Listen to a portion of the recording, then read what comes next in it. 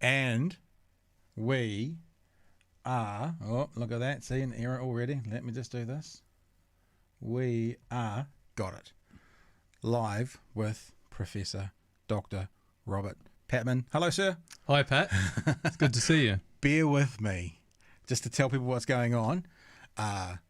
It's just you and me, so I am responsible for everything that's happening right now. I am pushing the buttons, we are chatting about politics, and we're going to have a good time. Hey, thanks for coming in again. No, it's a pleasure. Before we kind of get into the conversation, I guess, about politics, which is typically what we talk about, you're obviously in the politics department at Otago University. What were you guys doing during lockdown, in the lockdown, and specifically around the university? Well, we were teaching online, and that was an interesting experience. I think it went well, actually. It's. I was just thinking, just after lockdown, that 5 years earlier, then everything would have basically shut up. We would have been closed down, and we wouldn't have been able to continue. So while some people had a bit of difficulty adjusting to online lecturing and teaching, I thought it was really good because it meant we could keep going and the students didn't have their studies. I mean, they were disrupted, but they could have been massively disrupted if the university had to suspend all teaching because of COVID-19. We managed to keep going. So everyone was able to complete their courses on schedule.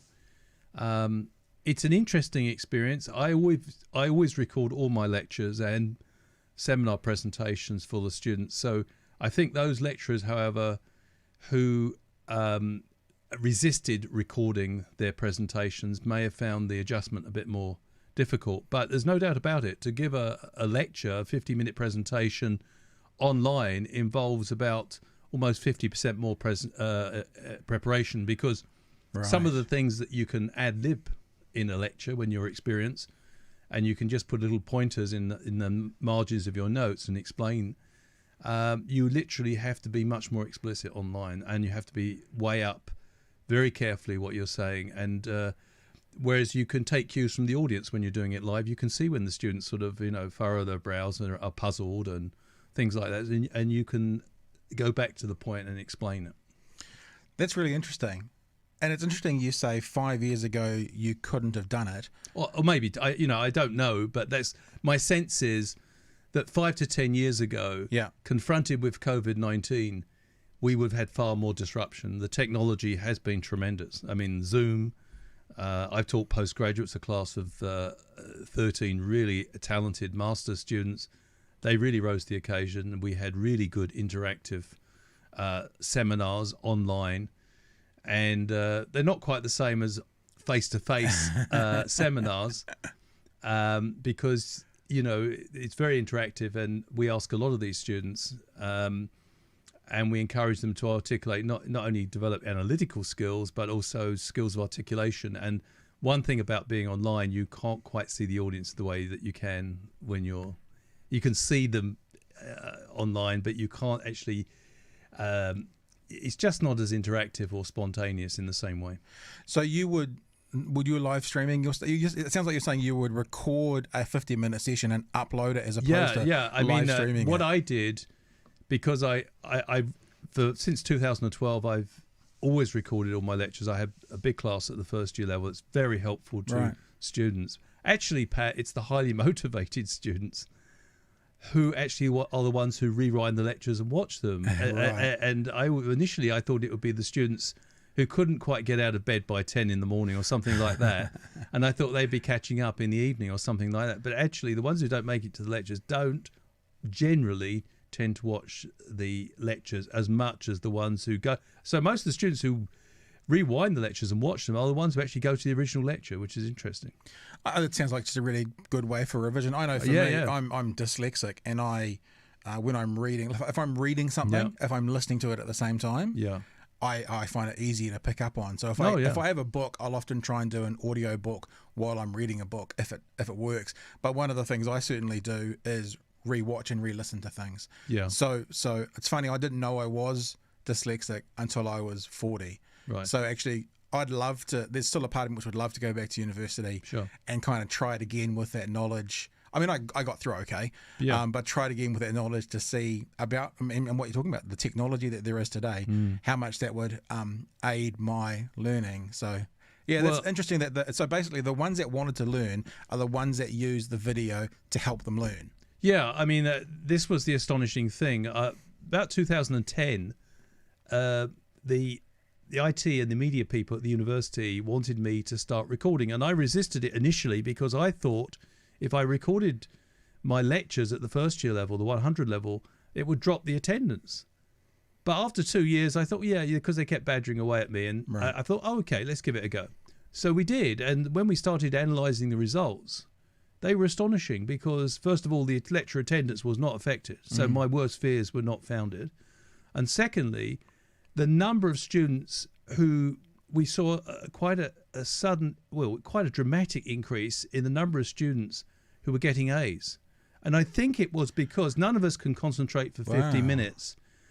And I think the ability to go back and play back something that someone has been saying over 50 minutes, we all switch off. I used to as a student. You can't help it. It's less than human not to.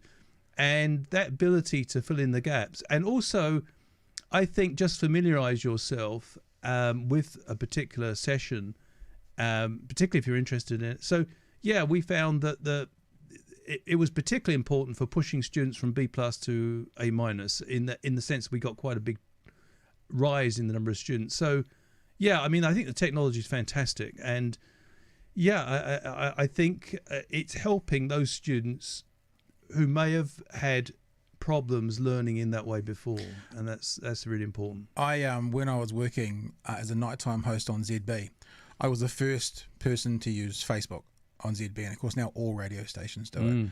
And we had a text system there, 9292, text 9292, and I had a couple of other nighttime hosts, one of them in particular, who didn't want to use it, and he didn't want to use it because he thought, much like people won't turn up, he thought if people text me, they're not going to call me. Right. And it's a way of doing it. And there wasn't anybody using Facebook when I had my own personal page, made friends with listeners, and there's still a lot of them are still on my Facebook page today. Good. And was the first person to sort of use it. And I think just in life in general, when we embrace technology, because technology is neither good nor bad, it's amoral, right? It's how we use it. It's neutral. And if we embrace the technology, and what I hear you saying is embracing it as a teaching tool, it surely can do nothing but help the tool of teaching. Yeah, but I don't think it's a substitute for great face-to-face interaction with students.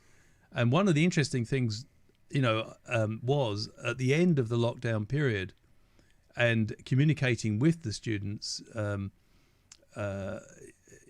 since then, they've all said they're so pleased that things have got back to face-to-face teaching. I just think it's the second best thing to face-to-face teaching, and it's great that we have it. And, so I spent much of my lockdown period, like many people, at home. I carried on teaching. There was a lot of electronic communication with students who would otherwise be knocking on your door. But it was all great, and I thought most of the students adapted remarkably well. It is, a lot of them found it difficult because, you see, when you're a student at university, you may be sharing a flat with a group of people that you don't always socialise with. You just simply see them, may have the odd meal with them, and you go into the campus and spend much of your day there. When lockdown came, in some flats apparently worked really well, and some didn't. And if you found yourself being, if you were highly motivated and you found yourself in a flat of people who didn't really want to work, and you were locked down with them for a few weeks, that might have been a challenge. Do you know, out of interest, and this is not to do with your area of expertise, but do you know at all, out of interest, if, what did Otago University experience with people going home? Was there do you guys know what the data is, the analytics is, people who were learning from their flats in Castle Street, right, or those people who had gone back to Christchurch, Wellington and Auckland, and who were doing the same thing, but from mum and dad's house back in their city of origin? I haven't got the data on that, Pat, unfortunately. I do know from personal experience that a significant number, I couldn't put a figure on it, of students did go home. Their parents, some of them insisted that that their kids come back, which is fair enough. So when we were doing online lectures and online seminars and tutorials, some of the students were tuning in from way beyond Dunedin. Some students returned to their countries of origin. So we were getting people, some of the lectures I were giving, they were listening to from the United States and other countries out, beyond. So that was interesting. But yeah, I don't actually have the data, unfortunately. I'm sure it's available in the university, or it will be shortly. But you're saying it was significant enough that even anecdotally you could see. Oh yeah, anecdotally, I was aware that, for example, students would write to me, and particularly initially, and say, "Oh, Robert, I've relocated to Christchurch. I've relocated to Wellington. I assume everything will work. You just go on. There's a teaching device called Blackboard where I pre-recorded the lectures, so I put them up more or less at the same time if they were on campus and they went to the lecture. So I put them up the same day they were scheduled to be. So I tried to keep everything as normal as possible for students, given the constraints of the lockdown. But yeah, I think overall it was an interesting experience, and I think we've all sort of grown as a result. I've certainly learnt a lot about Zoom technology, which I never knew before. Yeah. I also think that, not from a societal, I'm not talking about necessarily our society, but just in general, the academic learning, I always remember seeing, whether it was news items or documentaries or whatever, about those kids living up in the Mackenzie country, and they'd be doing correspondence school and they'd be using RTs and that kind of thing to communicate with teachers. It's like, now, as long as you've got that internet connection, even more so today than 6 months ago.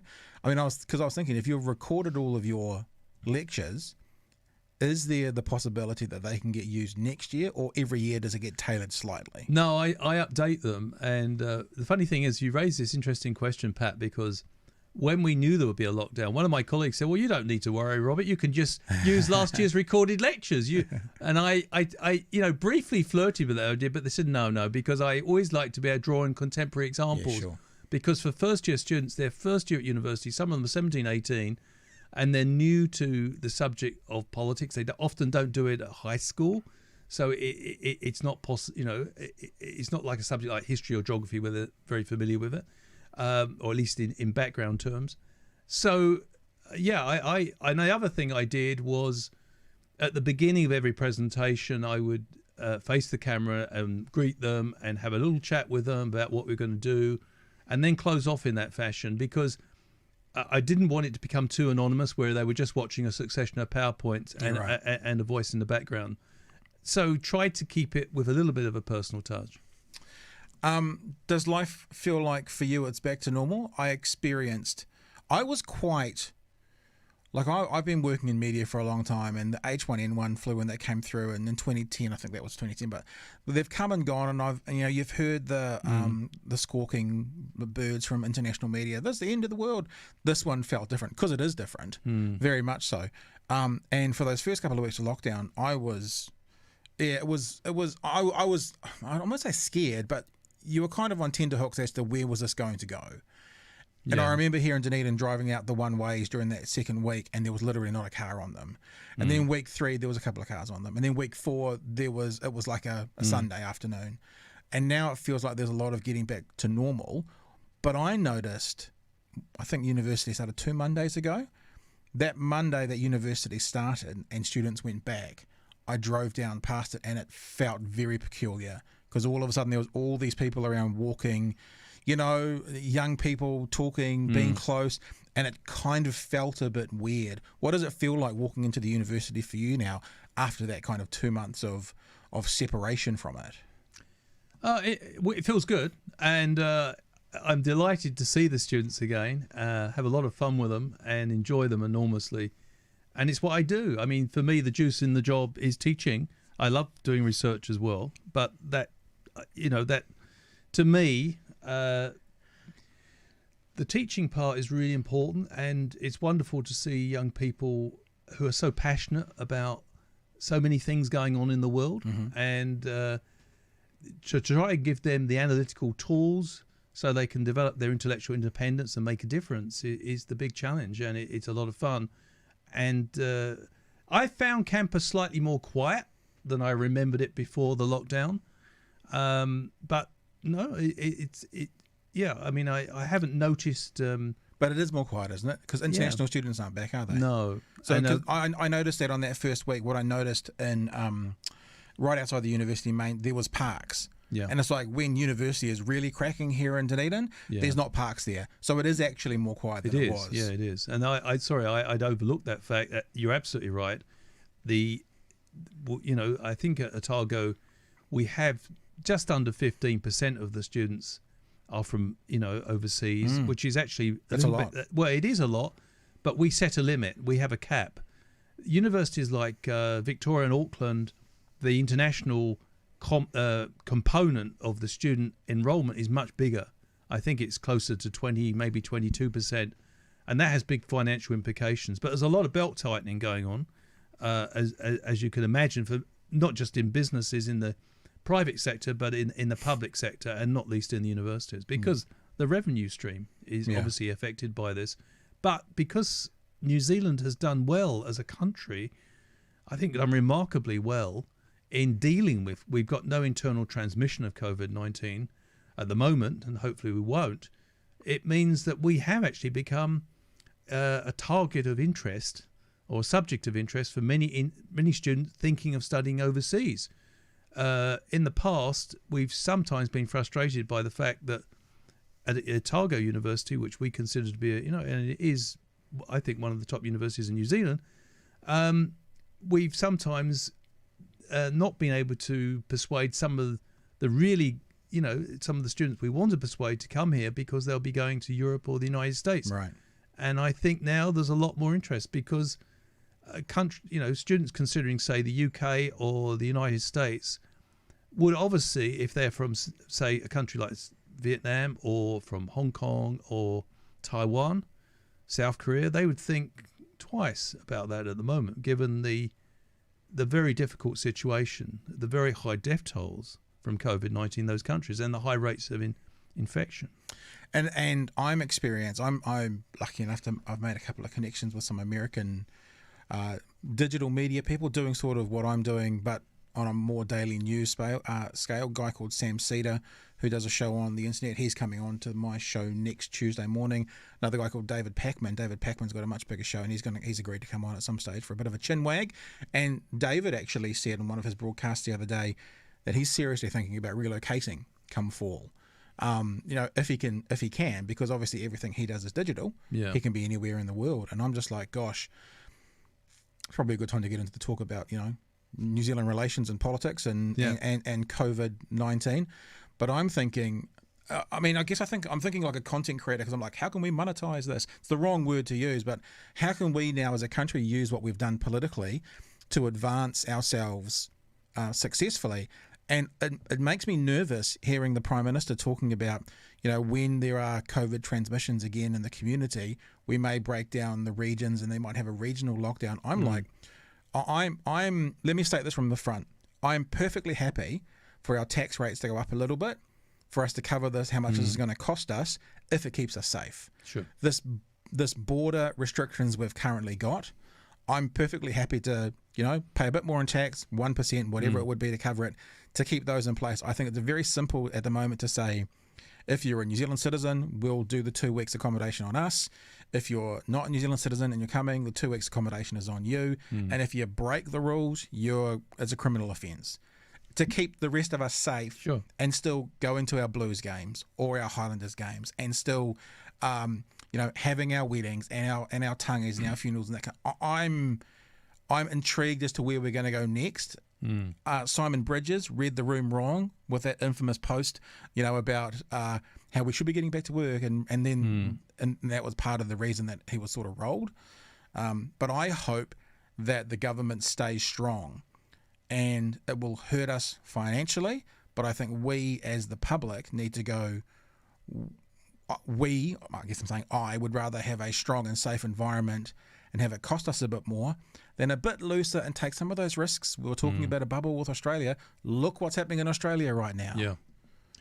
Yeah, it's a tricky equation, because I think all countries, the ones that have performed well and the ones who have not performed well, are very anxious to get their economies going. COVID-19 is both, if you like, a health crisis, but it's also an economic crisis. For sure. So we're seeing a really major economic challenge, the like of which we probably haven't seen since, the global financial crisis of 2008, 2009. And it's probably going to be much more sustained than that in terms of impact. It is, in a sense, New Zealand has an opportunity, I think, along with other small and middle-sized countries, to have much greater role. There's an opportunity globally for a much greater role for the smaller states and the middle-sized states in the world. Why do I say that? Well, there's several things that COVID-19 has brought home. Firstly, the two superpowers, China and the United States, haven't distinguished themselves during this crisis. For sure. They didn't rally the world. They didn't take leadership. And in addition, because the world is now so interconnected and because COVID-19 doesn't respect borders, I think people have become sensitized to the fact that most problems facing states, whether it be security or in the economy or the environment or in the health sector, none of these problems know or recognize boundaries. So increasingly there has to be international cooperation. That creates opportunities for the smaller players to have a voice at the table. It's a question of whether we take it. And I think, and this is not a partisan political point, but I think the Jacinda Ardern-led government, both in 2019 with respect to the Christchurch terror atrocity, and now in the face of this worst global pandemic since 1918, in the space of 2 years, this government has faced two problems which are, of the really severe challenges. In both cases, the government has shown, under Jacinda Ardern's leadership, an interesting mixture of compassion and empathy, but also a capacity to take decisive action. It's not just a question, I feel your pain, but I'm going to try and do something to ameliorate that pain. And that's made a huge impression, Pat, internationally. It's very difficult, and you sort of alluded to this in your conversations with colleagues in the US. It's very difficult to speak to people internationally without expressing their admiration for the sort of way New Zealand's responded to this crisis. Many people say to you from Europe and from North America and from Asia, wow, I wouldn't mind having your sort of leadership here. What did I see yesterday? I even saw with poor old David Clark, someone on Facebook like, from America, can we borrow your former health minister, asking for a friend? Because, they even people who, on some level in New Zealand, I won't say are in disgrace, that's not fair, but have maybe had a couple of slip-ups. The world is still going, good enough for us, send them to us. The question is, to answer your question directly, given this background, are we going to get out of the old habit of deferring to the great powers?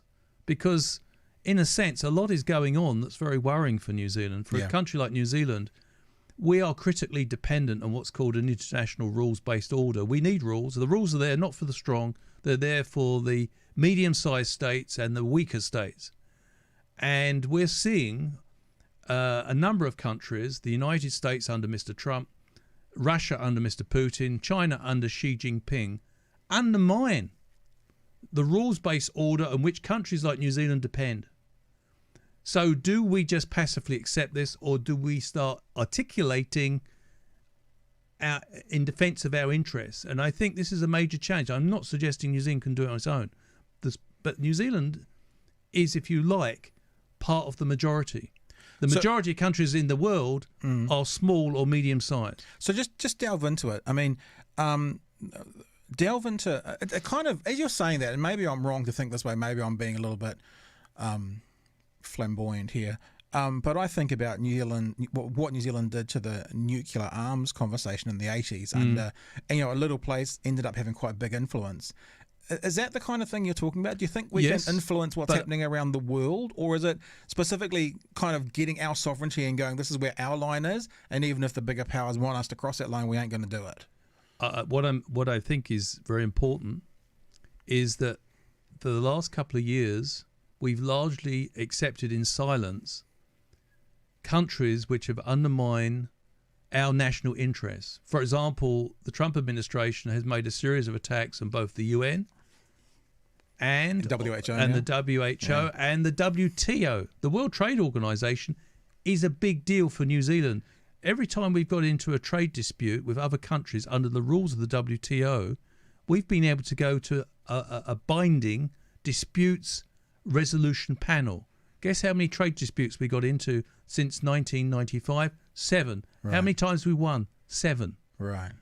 We wouldn't, if we didn't have a binding disputes mechanism, it would be those who are the most powerful would win the outcome. So might would be right.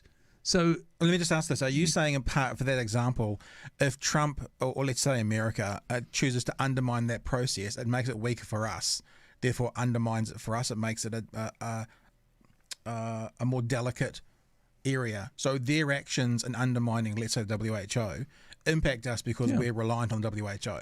Yeah.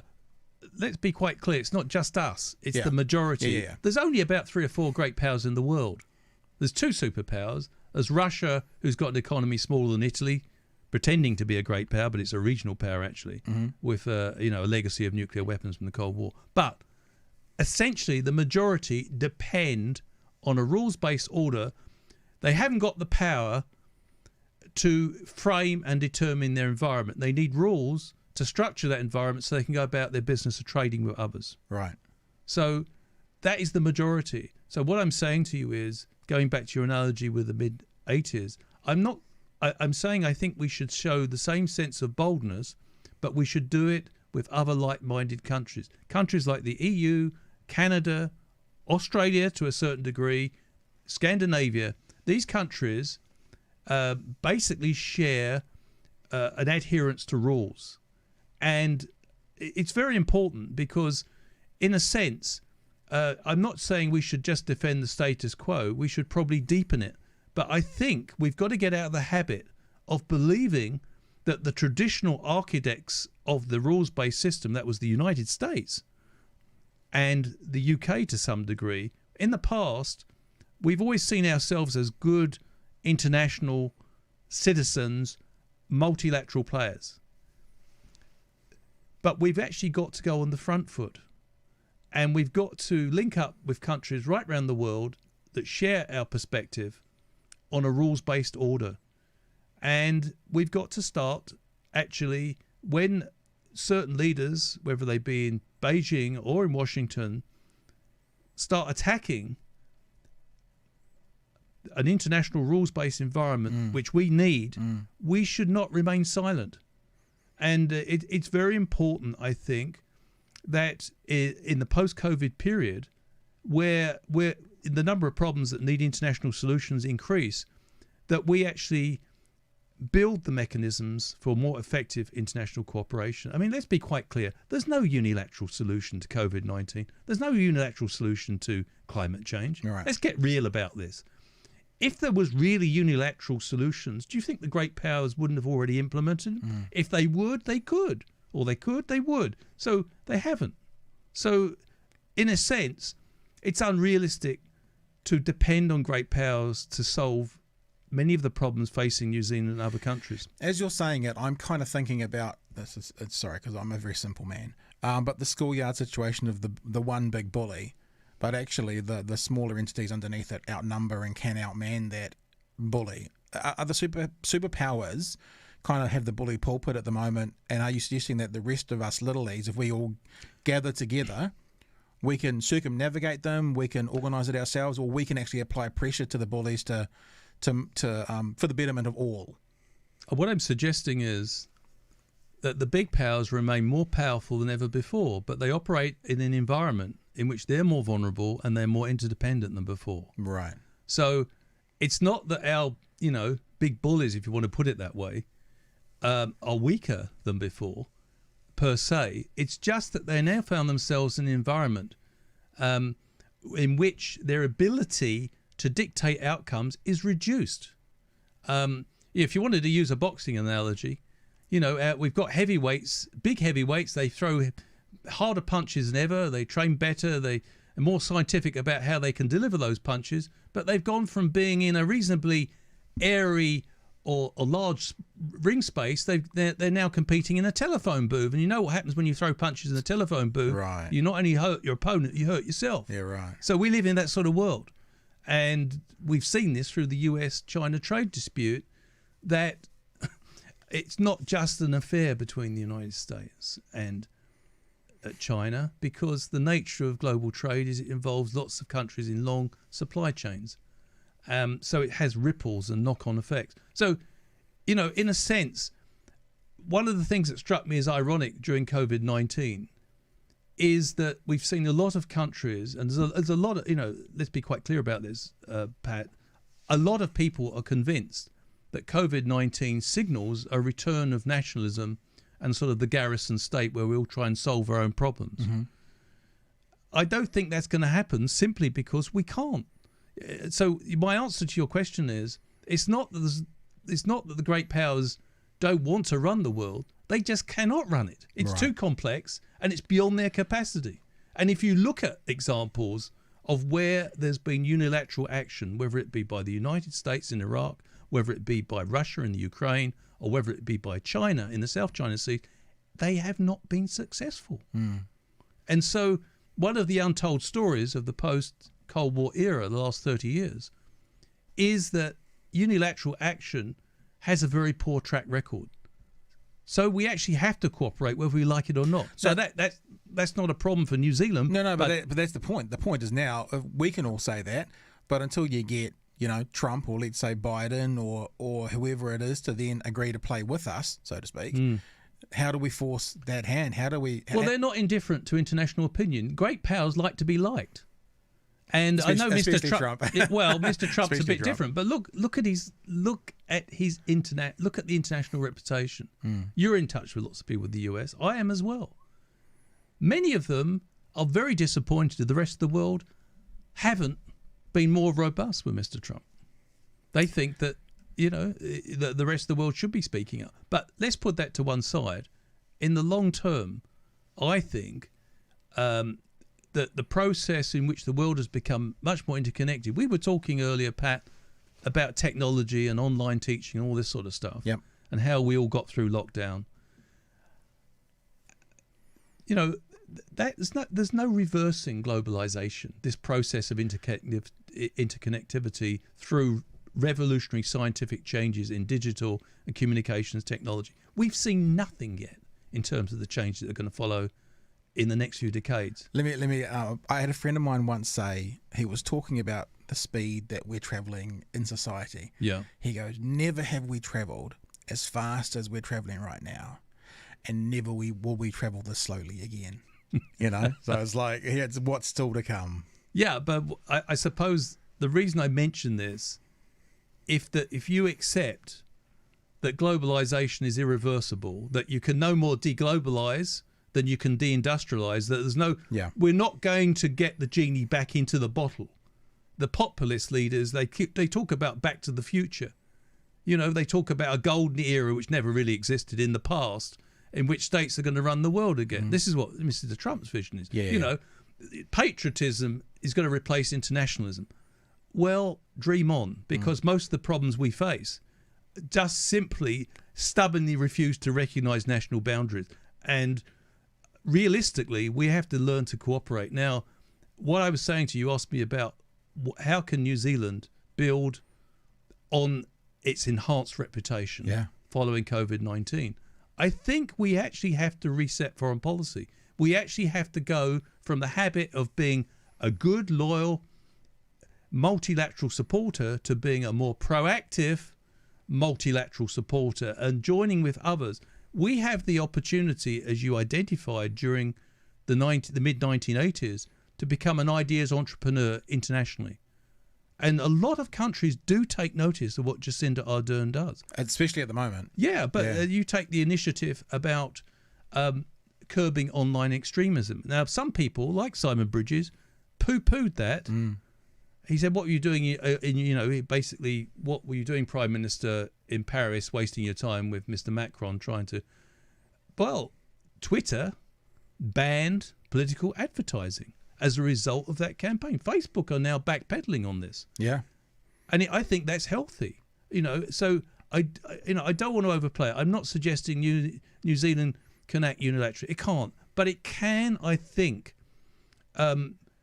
act as a catalyst for bringing about, in conjunction with like-minded countries, beneficial changes that could improve life for a lot of people. And what we are at the moment is we're is it the light on the hill? We're to the rest of the world. Like people are like, so I Facebook. I'm staying on Facebook. I was on Facebook the other day.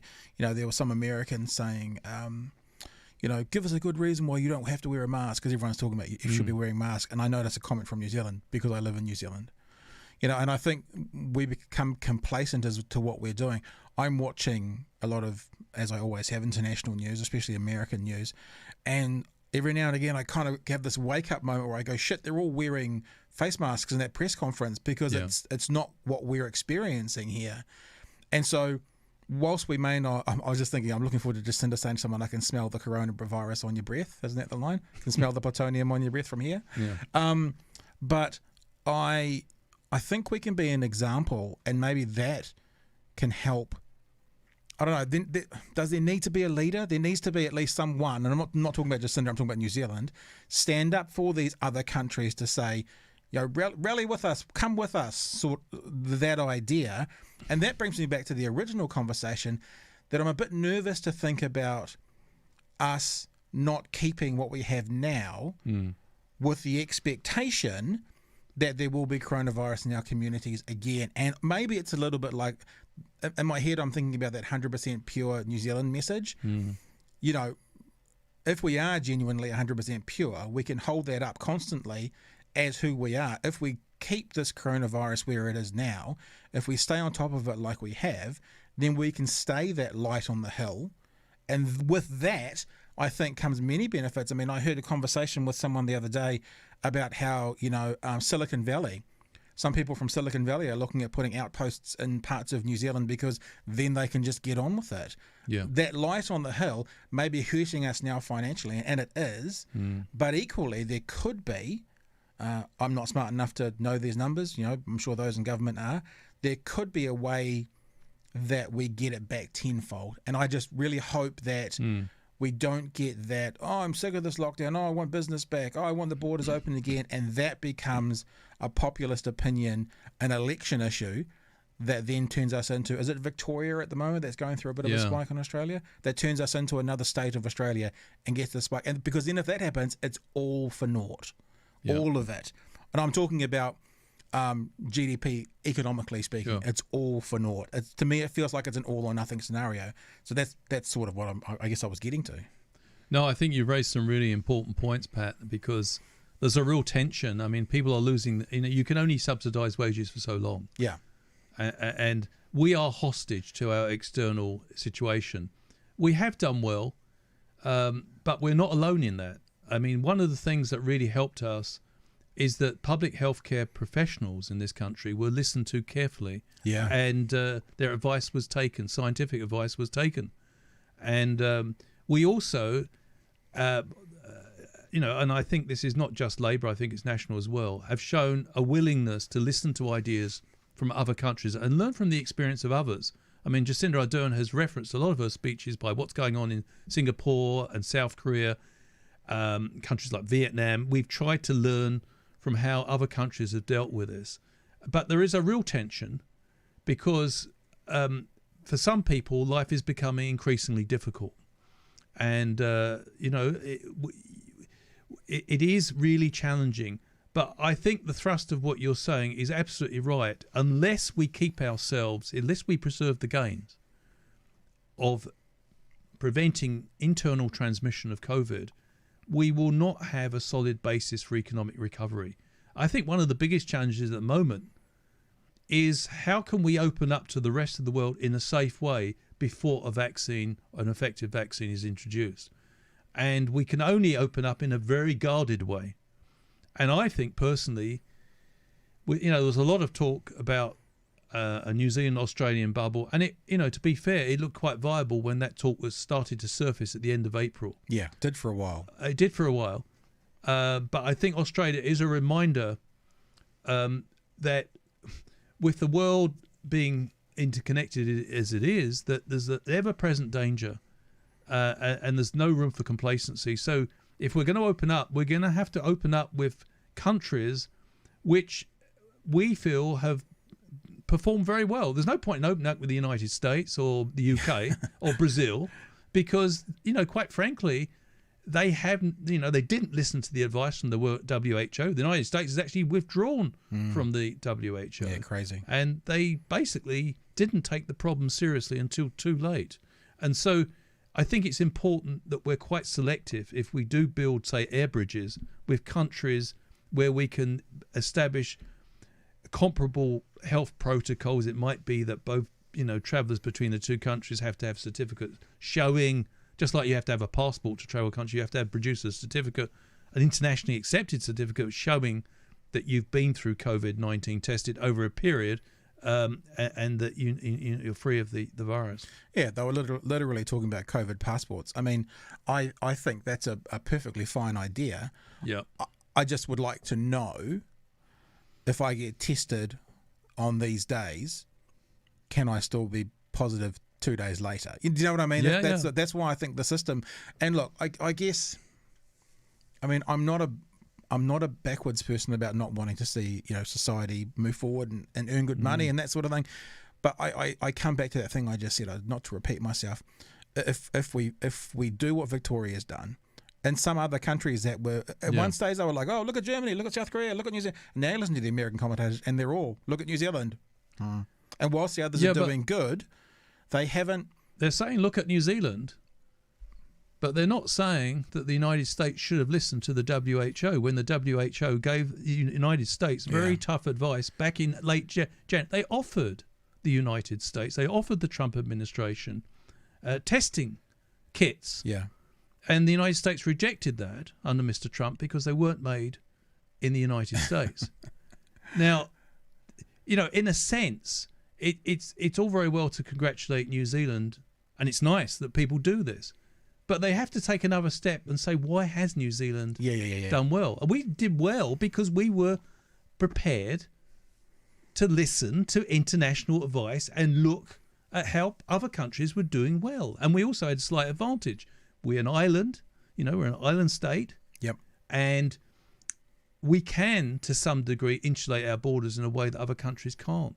So we've had some advantage. And also, we were not immediately affected in the first wave of COVID-19. We had a chance to see how others were responding or not responding. Yeah.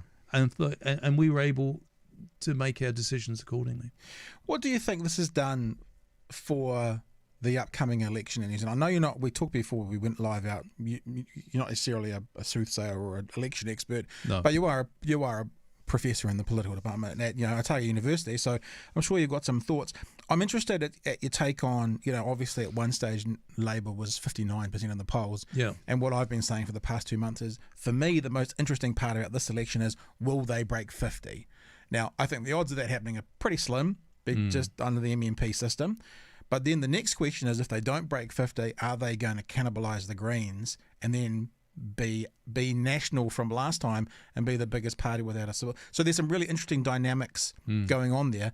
I'm interested as to what you see, your thoughts around that. But the other thing I was going to say is, they went from up to 59% and then they dropped back to 50%, and national jumped up 9%.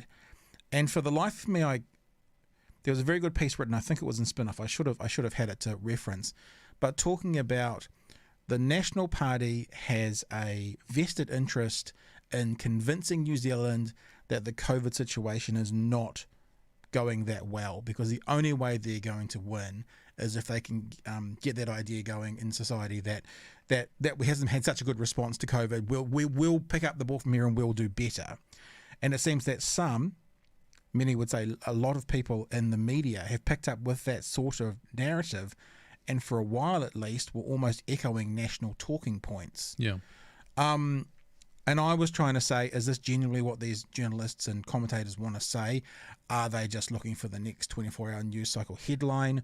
what's going on here. So I just general thoughts around the upcoming election for you, but also I'm interested in your thoughts around how the media is responding in a political sense to what's going on as well at the moment, because that was an interesting, that Muller jumped up 9%, Labor jumped back 9%, and it was really after quite a heavy run of a lot of media outlets pushing the story of how badly we're doing because 4 people out of 26,000 escaped from isolation facilities. Yeah, I mean, I do think, just to establish a general point, I do think that many people in this country, whether National or Labour supporters or supporters of other parties, have acknowledged that the government, on balance, has done quite well. Yeah. And one of the things I think that alarmed Simon Bridges when he was leader was that he was getting feedback that National supporters that thought that Jacinda Ardern handled another big crisis after Christchurch terror very well. Because, as I said before, she didn't just show empathy, but she showed a willingness to act quite decisively. We had a very severe lockdown when it first happened. Yeah. And we had relatively low, no one had died when it actually locked down firstly. I know someone, unfortunately, we did have deaths after that, unfortunately. But so I think that's an important point to establish. Yes, National did get a bit of a boost, and maybe, National have to be very careful in this situation. I think one of the things that was Mr. Bridges' undoing was the perception that he was thrashing around, trying to find fault, trying to score heavy political points when the government was grappling with an extremely serious problem, the worst global pandemic since 1918. Yeah, he didn't read the room. He didn't read the room well, meaning because I saw on that infamous Facebook post that a lot of his supporters were saying, in a polite way, pull your head in. This is not the time for this. We're actually happy with what this government's done for us. He read the room very badly with that, and that was the beginning of his downfall. But I wonder about that following on, Muller doing the same sort of thing. Well, he came in saying, Todd Muller came in, to his credit, and said, I'm not going to provide opposition for opposition's sake. Wow. And the government, he said that, but within 2 weeks, partisan pressures within his party and within certain elements in the media drove him into a position where, he was pushing for the opening up of the economy and things like that.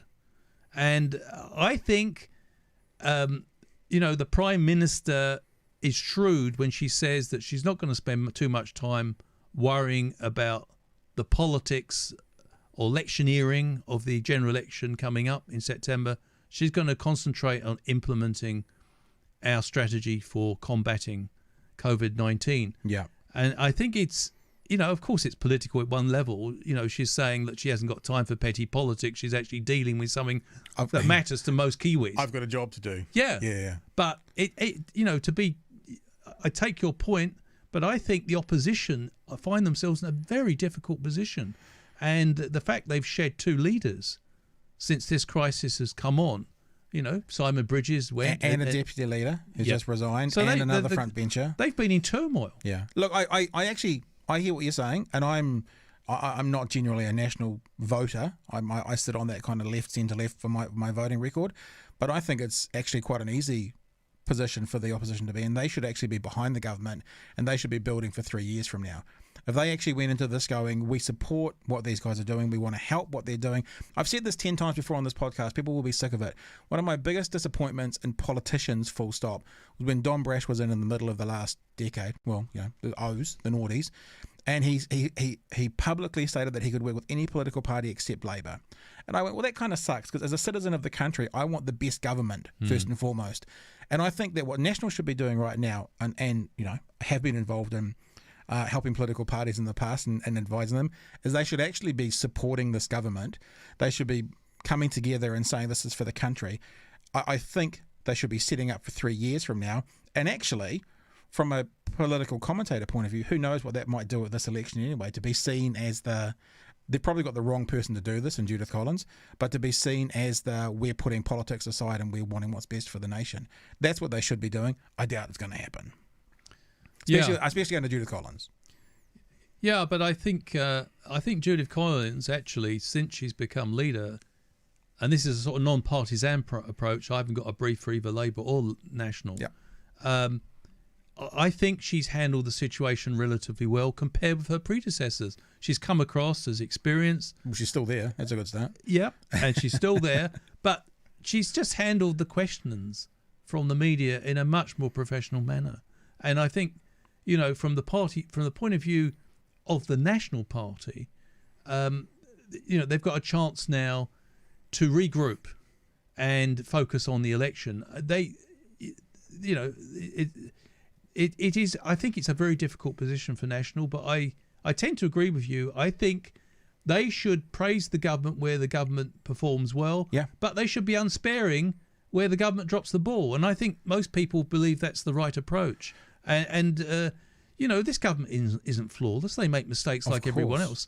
And it's the opposition's job to highlight that. But, if the opposition are going to demand that we open up for the sake of the economy, they have to be quite specific. They have to say which countries we should open up with, what health protocols are going to be in place, and how are they going to guarantee we're not going to suffer the sort of blowback that Victoria is currently experiencing with a second wave of COVID-19. And that's where Muller fell over quite heavily, because he was like, we can do better in the economy, we will run it better. And Jack Tame just said, how? And he was like, yeah, well, it's just slogans. I don't have the answers for those. And it's lots of politicians, they make claims. But when it comes to backing up those claims, that's another story. But it is the role of the media and the opposition and politicians generally to have ideas tested in the public arena. And, it keeps them honest. And it's important, the media doesn't suspend its critical judgment about either the government or the opposition. No, completely. And look, a robust and healthy opposition is a cornerstone of democracy. Yeah. And whilst I overtly say I sit on the left of politics, people know that who listen to 5 minutes of me frickin' talking anyway. I still echo what you're saying about how Jacinda has performed. And you've mentioned two things, the massacre and the pandemic. You got to also throw in there Whakaari White Island as well. And maybe this is not quite as important in the political scene, but having a frickin' baby as well. That's her first term. Having a baby in those three things, that's a pretty impressive resume to get to the end of your first term. I mean, some people might think the baby thing was not so good. But what's particularly impressive about Jacinda Ardern as an individual politician, and I don't mean this in a disparaging way, but she had not, before she got the top job, logically worked her way up the ladder. She was relatively, she was highly regarded, but she didn't have high-level political experience. And we've seen Todd Muller come unstuck because he lacked political experience, whereas Jacinda Ardern, I think, is quite rare because she came without that really high-level, cabinet-level sort of experience, and yet she seized the opportunity when it came along when Andrew Little got into terrible problems leading the Labour Party. And I think one of the reasons, she definitely has this ability to be both empathetic, but also the ability to take decisive action. And I think that's a winning combination. And the other thing that impresses me is that we often in politics, and I'm generalising wildly here, but we often see in politics, don't we, I think, two types of politician. We see those guys who are great salespeople. They walk into a room, they make you feel good. But when you actually engage them in conversation, you're left with a feeling they're slightly shallow. They're what I call their glad handers, but they're not a lot of substance in the sandwich. Right. Now, and on the other hand, you get people who are very substantial, but they're virtually unelectable. They might be boring. They've got first-rate intellects, but I think Jacinda Ardern is a person who brings both together. She's got both the substance. She's clearly got ability to absorb ideas from other people and listen. Listening is a very important quality in politics, which is widely underestimated, by the way. And secondly, she's got the ability, to reach out to people. And so she's both substantial, but she's also a people person. And they're combined. It's a formidable combination if you're a professional politician. Hey, now look, we're approaching an hour. I don't want to keep you too long, but before we wrap up, we could talk for like 3 hours. We could so do this every week. Before we wrap up, I'm going to try and see if I can figure out how to do this by going like that. and by going like this and bringing this up on my screen. You are, known for your commentary on American politics and that. Let's real quickly just have a look what's going on in America. When Joe Biden became the nominee, I was like, well, that's that election over. Trump's going to win this in a doddle. I think the luckiest man on the face of the planet for coronavirus is Joe Biden, sitting in his basement doing nothing and watching the world. I mean, the public of America aren't that lucky, but watching the world kind of just fall over behind him. And if you have a look now at the poll numbers here, which you can see up on the big screen there as well, we've got Biden basically ahead in every single poll of recent times. Trump's ahead by 2 points in this poll here. And it's amazing that that's in Texas, and it's an OAN poll. And for those who follow politics, OAN is like to the far right of Fox News. Yeah. So even they have got it. The other thing that's fascinating is the disapprove of the president and how he's handling things. 14%, 15, 24, plus 10. And it's not just that it's plus 10, right? Because plus 10 might be, 35 to 45. It's that actually the disapprove is all above 50%, right? And exactly the same thing can see for the wrong track for the country. 70% on the wrong track, 72% on the wrong track, 72%, a 53% disparity between the wrong track and the right track. I'm fascinated as to what you think about what you're seeing in America at the moment. As I say, I think that when all things being equal, when they overlooked Bernie Sanders again for Biden, I thought done deal. But then coronavirus came along, and actually Biden obviously is well the favourite now because of the balls up, otherwise known as the president.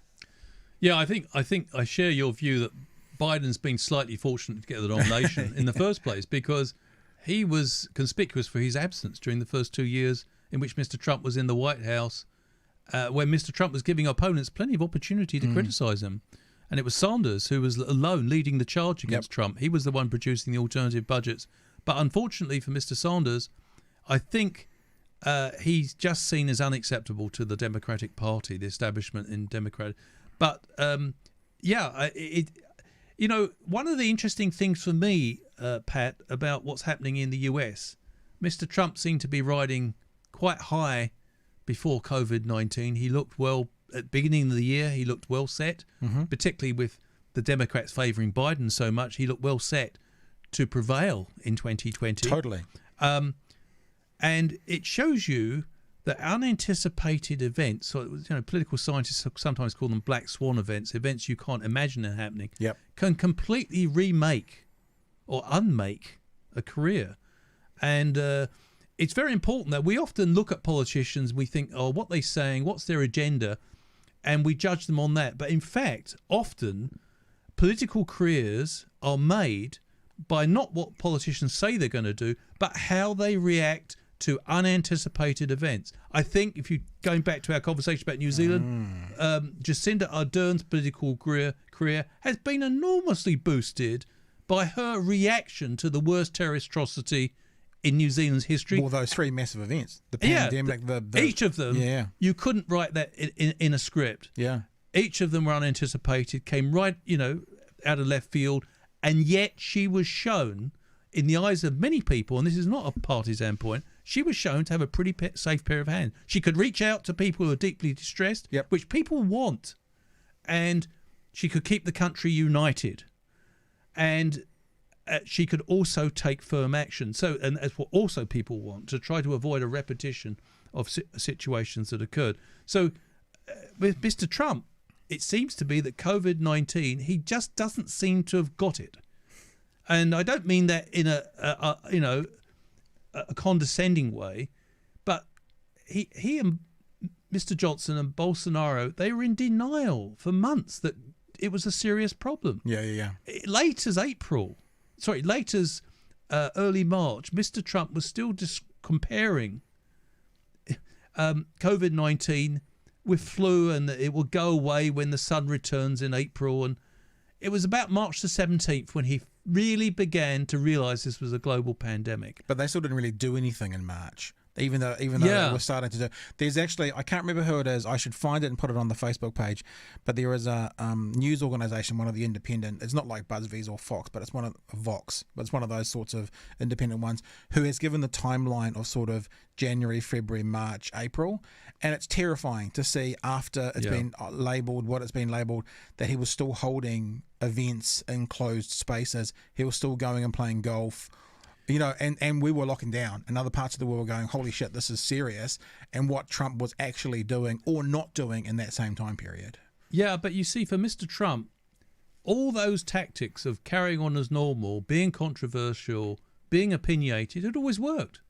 And suddenly he was confronted with a problem which didn't respect borders, didn't respond to his rhetoric.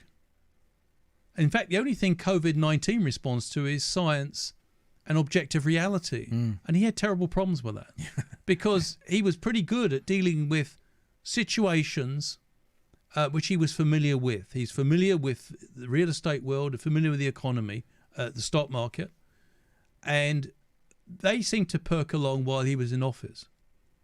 Although they weren't, let's be quite clear, the American economy had been recovering very strongly since late 2009. Yeah, no, that's important, that if you actually have a look at the growth charts, you see Trump going like this, but if you go the 4 years before, it's also doing this. Yes. It's the same sort of... But he claimed full credit, Yeah, of course he did. What I'm saying is that his ability to use rhetoric in many areas seemed to prevail, but against COVID-19, there was no rhetorical answer to that. And I think, he even now he has treated some of the experts disrespectfully, and also his reaction to events such as the tragic killing of George Floyd, the unarmed African American.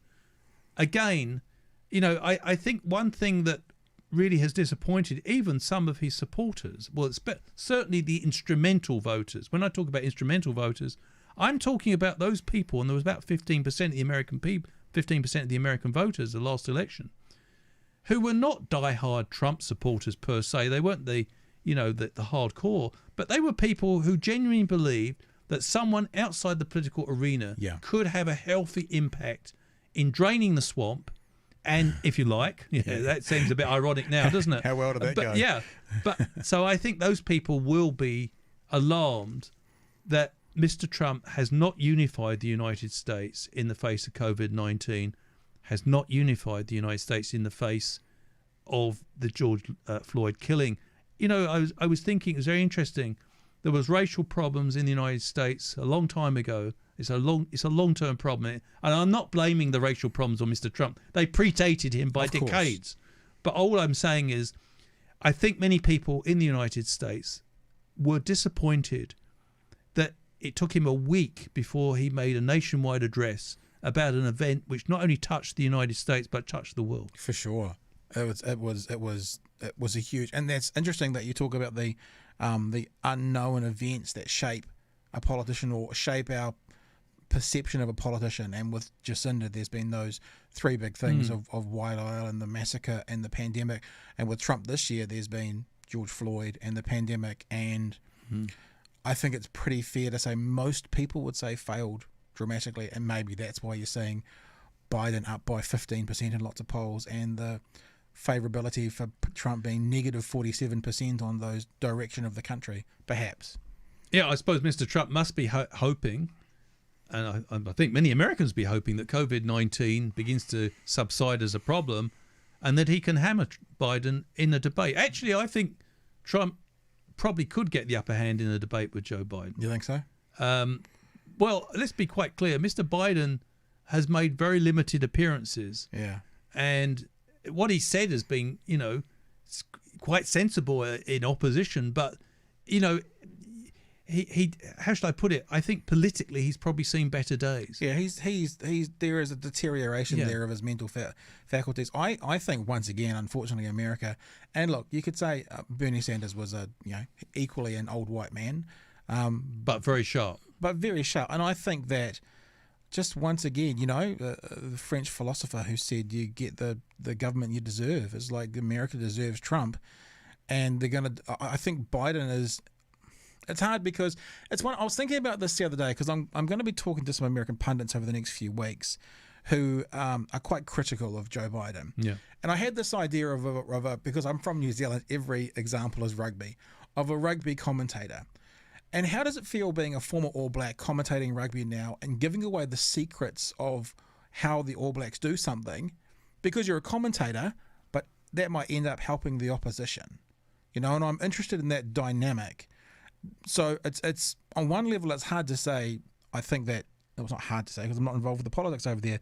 But Biden is a deeply flawed representative at the moment to have as president. But equally, I gotta say that Trump's worse. It's one of these examples again where they're picking from two flawed candidates and what perhaps they could have had if there had been some courage, especially in the DNC. Yeah, but I think. One of the things that's really helping Biden is not just how Trump is performing or not performing, but also the fact that Sanders has actually got right behind Biden. Yeah, and they've got, and I think they realise, and to be fair to Sanders, he always said this, that he would accept whoever won the nomination and get right behind them because he thought the most important thing, from his point of view, was to get a change in the White House. I'm not looking for a prediction from you. You haven't said that, but I mean. You'd say odds on Biden for president. It looks like the way at the moment. Can you see? Let me put it this way. Can you see any way Trump could turn it around, in your opinion? Well, I try to say that I think, from Mr. Trump's point of view, one of the reasons he's desperate to get the economy opened up is because the American economy has taken a huge hit. Right. And many people would, on balance, if it was a contest between Biden and Trump, might favour Trump on the economy. So. That the economy card has gone. Yeah. So he needs to get it back. So really the whole thing for Mr. Trump, if COVID-19 shows no signs of improving, I think that some sort of change in the United States is likely. But, as we all know, things can turn around in politics very rapidly, both in New Zealand and the United States. I mean, it's one of the great sort of unpredictable joys of being in a democracy. Things can happen.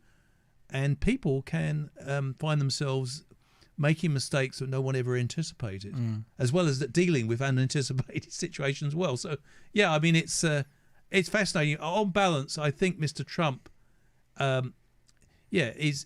But, he's a very determined character, and I don't think it's going to be a massacre or it's going to be one-way traffic coming the election with Biden. I think it's going to be a very fierce competition. I do worry a little bit that, if you look at America, it's the most powerful country in the world, the preeminent superpower, and we've got two aging politicians who have both experienced cognitive decline. Yep. And I don't mean that in a snaring or a condescending way, but they've got such talented people, such... A country of more than 330 million people. They've got hugely talented people there. Is that really the best? And that sort of amplifies Sanders' point that American politics at the moment, you have to be or virtually a billionaire to be a contender. Yeah. Yeah. Well, Robert Patman, our first ever third-time guest. Thank you. And hopefully you'll be a fourth-time guest before the election. That'll be great fun because it's always a blast having you and having a chat with you about stuff. Thanks, Pat. So thanks again for coming in. A pleasure. And until next time. Thank you very much. Talk again. All the best. Thank you.